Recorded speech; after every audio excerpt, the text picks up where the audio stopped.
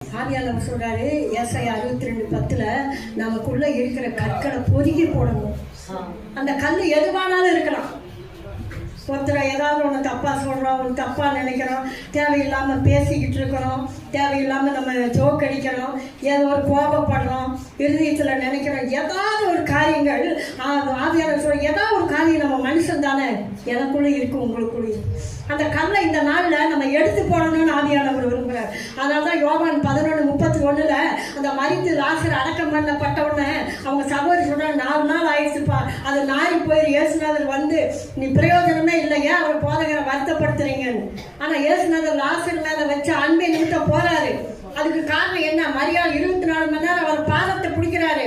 அப்ப நம்ம மரியாதை போல அவர் பாதத்தை பிடிச்சு கொண்டே இருந்தா லாஸ்டர் வெளியே வந்தது போல நம்ம பிள்ளைகளை கத்தர் என்ன செய்வார்? எவ்வளவு பெரிய கல்லை அடைச்சிருந்தாலும், அந்த பசங்க பிள்ளைங்க என்ன பாவத்துல இருந்தாலும், அந்த குடும்பம் என்ன பாவத்துல கிடந்தாலும், எதுல நம்ம குறைவற்று கிடந்தாலும், தேவன் சொல்றாரு லாஸ்டர்வே அந்த கல்லை எடுத்து போடுங்க. இயேசுநாதர் கல்லை எடுத்து போட்டாரா ஜனங்களை எடுத்து போட சொன்னாரா?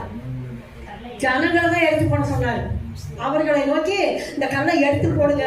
அப்ப நமக்குள்ள இருக்கிற கல்லை நம்ம எடுத்து குறைகளை வெளியே எடுத்து போடணும்னா இன்னைக்கு நம்ம முழுசா அவற்றை நம்ம கொடுக்கணும். நம்ம கொஞ்சம் அர்ப்பணிக்கணும், நம்ம கொஞ்சம் ஃப்ரீ பண்ணணும். எல்லாருக்கும் வேலை தான், கஷ்டம் தான். காலையில் 8 மணிக்கு எழுந்திரிச்சா சாயங்காலம் அப்புறம் வீட்டுக்கு வந்து அந்த வேலை இந்த வேலை மிஷின் மாதிரி நம்ம ஓடிட்டு தான் இருக்கிறோம். ஆனாலும் ஆண்டவர் என்ன சொல்றாரு? உனக்குள்ள இருக்கிற கல்லை நீ எடுத்து போடும், நீ போட்டு உன்னை நான் வெளியே கொண்டு வந்துடுவேன். நீ செத்தவனை போல உள்ள இருக்கிற ஆட்கள் கிடையாது.